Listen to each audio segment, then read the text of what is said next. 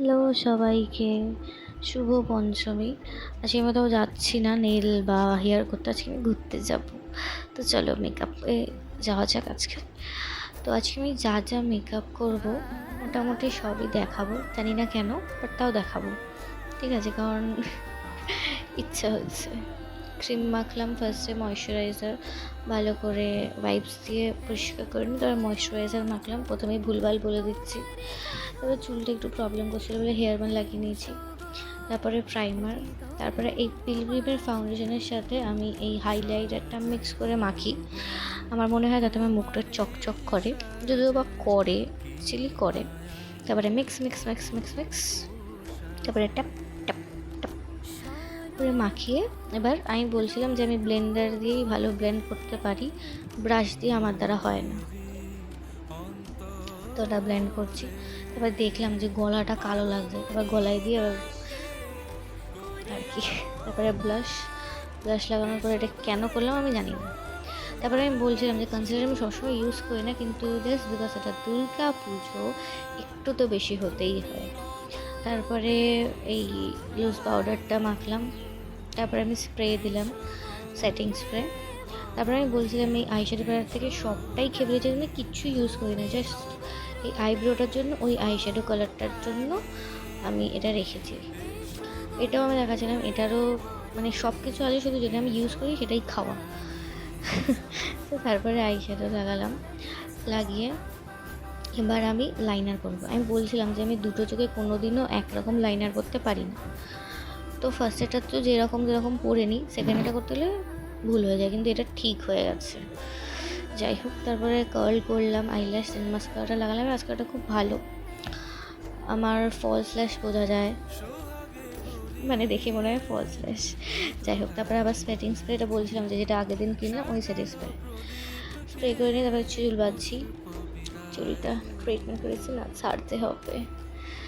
তো তারপরে আমি লিপস্টিক করলাম, করছি। খুব ডার্ক লিপস্টিক, ওই জন্য হালকা করে লাগালাম। তারপরে আমি এখানে হাইলাইটার লাগাতে লাগাতে বলছিলাম আমি সব জায়গায় হাইলাইটার লাগাবো, যাতে পুরো প্যান্ডেলে আমি চকচক করি একদম। টুনি লাইটের থেকে যেন বেশি চকচক আমি করি। তারপরে কানেরটা করলাম, কানের দুটো অপশান ছিল, তো এটা ভালো লাগলো, এটা পরলাম। এই যে আউটফিট চেক, বাই, প্যান্ডেলে গিয়ে দেখা হবে। তারপরে আমি মায়ের সাথে বেরিয়ে পড়ি। মা এখানে জুতো পরছিল, আমি মাকে বললাম তাকাতে, তাকালো। তারপরে আমার একটা ছোট্ট ক্লিপ। মাঝ রাস্তায় গিয়ে মায়ের মনে পড়েছে মা ফোনই নিয়ে আসে। তো তারপরে বাবাকে ফোন করা হলো, বাবা এসে মায়ের ফোনটা দিয়ে গেল। তারপরে আমরা হাঁটছিলাম, হাঁটতে হাঁটতে মাঝ রাস্তা থেকে আমি রিক্সা পেয়ে গেছি। তো সেই রিক্সাটায় উঠে আমরা কেষ্টপুরে চলে আসি। কেষ্টপুরের লাইটিং দেখাচ্ছিলাম, যেহেতু এখানে পুজো হয় ভেতরে। তারপরে দমদম পার্কের ঠাকুর দেখেছিলাম আমরা। তো এটা ফার্স্ট প্যান্ডেলটা আমরা ফাঁকায় ফাঁকায় ঢুকে গেছিলাম, কারণ ভিআইপির গেট দিয়ে ঢুকে গেছি, কেউ দেখতে পাইনি। তো তারপরে এই যে আবার হাঁটছি প্যান্ডেল থেকে বেরিয়ে।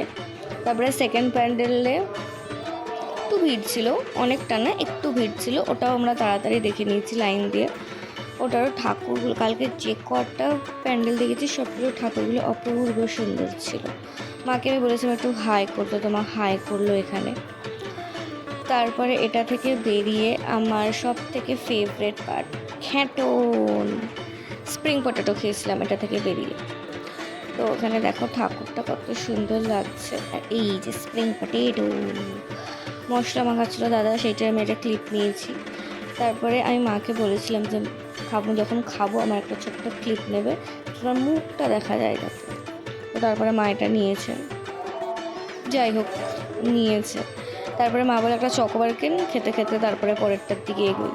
তারপরে একটা চকোবার নিলাম, নিয়ে এই চকোবারটা ভিডিও করার জন্য আমিই খেয়ে নিচ্ছিলাম, সত্যি কথা। মা বলছি তুই আমাকে না দিন নিজেই খেয়ে নিচ্ছিস।